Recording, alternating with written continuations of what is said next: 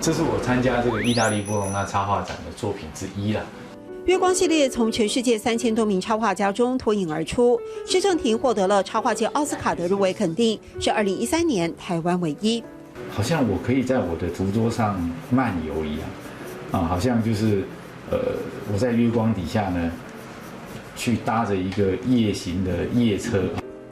抒发心境的作品登上国际舞台之前，施正廷的插画早已带人到过许多地方。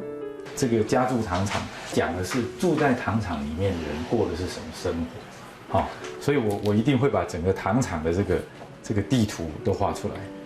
我家呢就在这里，就大门一出来第一间。画家乡，画生活，画土地，画情感，画盐山考究历史，画基隆庙口，还成为观光指南。施正廷的插画从童书出发，逐渐走向文史乡土题材，还以自身经历写画出客家女婿的日记。做个客家姑爷，在全家好几个嫂嫂的招呼下，回娘家只要坐着聊天喝茶和吃饭就可以。我写我的岳父他这个盖了一座庙，客家女婿的日记包括在龙潭的见闻啊，包括搬到中立来的一些事情，我可能会慢慢把它累积起来，变成一本书。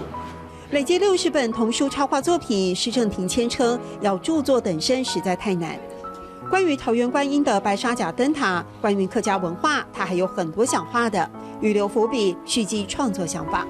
当创作者好像从来不觉得他会什么时候才会画完美这样子。硬练习，不死够精，不断练习，不断改进，即使花了23年，还是这样鞭策自己。对。